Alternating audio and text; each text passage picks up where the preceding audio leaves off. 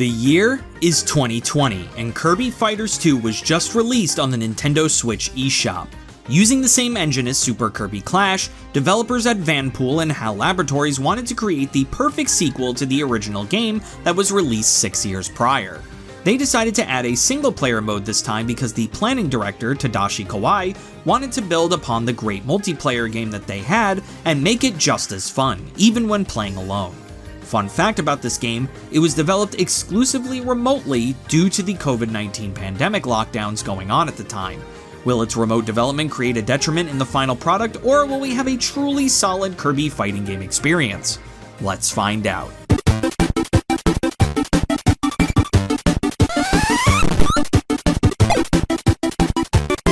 Tired of being defeated by Kirby, King Dedede and Meta Knight decide to work together to defeat Kirby. They build a giant tower meant to be a battleground to defeat Kirby. Kirby and a buddy go to the tower to fight their way through. When they finally reach the summit, Kirby and his buddy fight a 2-on-2 battle, defeating King Dedede and Meta Knight once and for all. After their defeat, King Dedede and Meta Knight walk away in shame, but then remember their backup plan. The tower mysteriously doubles in size, piercing the heavens. Kirby goes back for one more go at a 50-story tower. Jesus, this tower is so tall I'd expect to meet up with Korn and Yajirobe up there. Once we get up to the top, we have another 2-on-2 match with King Dedede and Meta Knight, but when we defeat them, they enact their backup plan.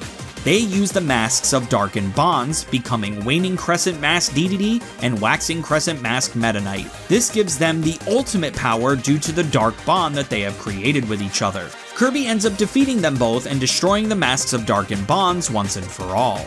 The game ends with King Dedede and Meta Knight walking away defeated once again, but this time they see that they've gained something through all of this. King Dedede and Meta Knight found that through this experience, they have created a deep friendship with each other. Good God, it feels good not to explain a whole thing with a Kirby game again. I'm still recovering from Star Allies. This is the closest to a shonen anime Kirby has ever gotten, and I love it. Seeing the bond between King Dedede and Meta Knight grow throughout the game was legitimately awesome to see. When King Dedede pulls out the Maxim tomato, bites half of it, and then throws the other half to Meta Knight, that is so good. Hell, even when they throw each other the mask right after Meta Knight loses his. Is it weird that I kinda felt bad watching King Dedede walk away all sad, especially since all they ever wanted was to win? Sure, they used desperate methods in the end to do it, but they weren't really doing anything evil here. God, I love shonen anime, and this really just gives me those vibes, and I love it. Who knew that I would love the plot of a Kirby spin-off game this much? With all of that in mind, Kirby Fighters 2 Story gets my rating of an A+.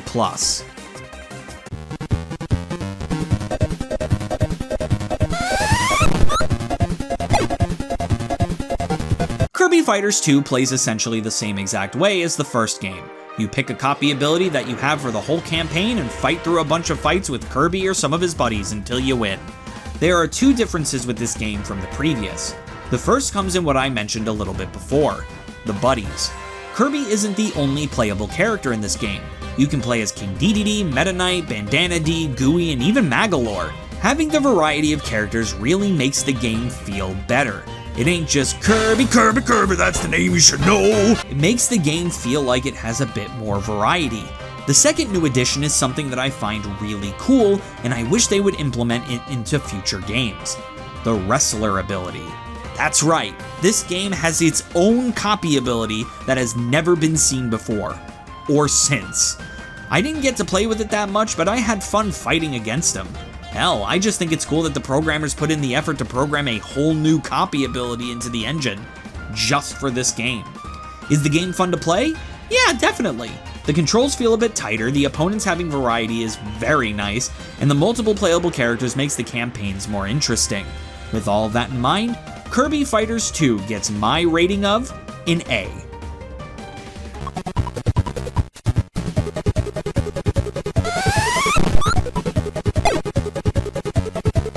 I already praised the original game for some of its presentation because the backgrounds and music were pretty good and even at times became stunning.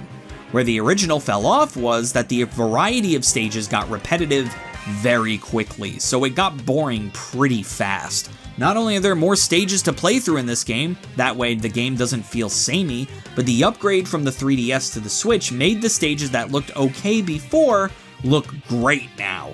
The presentation went above and beyond in this game, especially in the story mode. The music and the stage backgrounds of the final battle with Waning Crescent Mass DDD and Waxing Crescent Mass Meta Knight look so fucking awesome. The presentation of this game is simply amazing. With all of that in mind, Kirby Fighters 2's presentation gets my rating of an A.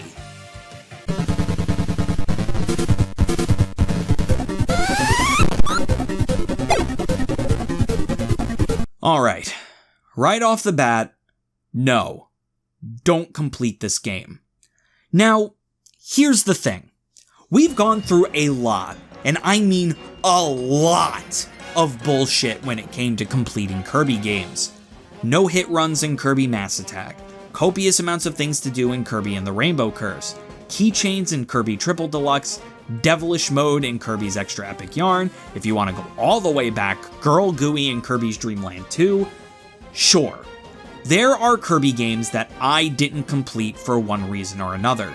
Usually when I choose not to complete a game, it's because of disinterest. I didn't want to play the hardest difficulty in Kirby's Avalanche. I didn't feel like getting drip-fed resources in Team Kirby Clash. The reason I do all of this prefacing is because I want you to know the scope of what I'm about to say. Kirby Fighters 2 made me rage quit. To complete Kirby Fighters 2, you must beat the 4th chapter of the story mode with every copy ability. This isn't so bad. It's time consuming, sure, but if you're diligent enough, this isn't so bad. It's with the other completion requirement where my blood really starts to boil.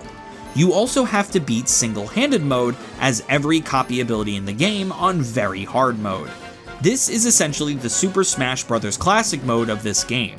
The entirety of the mode isn't so bad, doesn't take me any more than 20 minutes to get through, but this motherfucker. I repeat for all of you who don't like it when I curse, this motherfucker is the reason that I had to stop playing this game. Shadow Kirby is the bane of my existence in this game. It would take me 20, 30, even sometimes 40 minutes just to beat him. After 40 minutes of fighting him as Bomb Kirby, I had enough and I stopped playing the game forever. Shadow Kirby feels like arcade quarter muncher fighting game boss levels of difficult to the point where it doesn't even feel fair. It feels like he's reading your inputs. It feels like he has more invincibility frames. That is why I will never complete Kirby Fighters 2.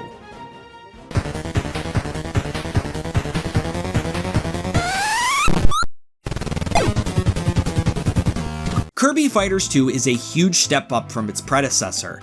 Kirby Fighters as a series has evolved from a watered-down version of a sub-game to a game with an amazing story, pretty good gameplay, and great visuals. I actually actively want a Kirby Fighters 3, and I hope it's soon.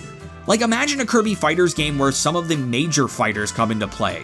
Galactonite, Morpho Knight, Nightmare Wizard, hell, I'll even take Dark Nebula if you wanna. There are so many possibilities, and I hope they get realized eventually. Maybe just make the completion requirement a little less, yeah. With all that in mind, Kirby Fighters 2 gets my overall rating of an A. Thank you everyone so much for watching this video, and I hope you guys enjoy the new format of the retrospectives. If you like what you see, be sure to subscribe and hit that bell. All the social media are in the description below, so check them out as well. We also got merch in the description. Next week, we'll be looking at the next Kirby game in the lineup, Kirby and the Forgotten Land. But if you're too impatient to wait a week, you can become a channel member and watch it right now. I'm Bottles, and I bid you, my well-esteemed guests, adieu.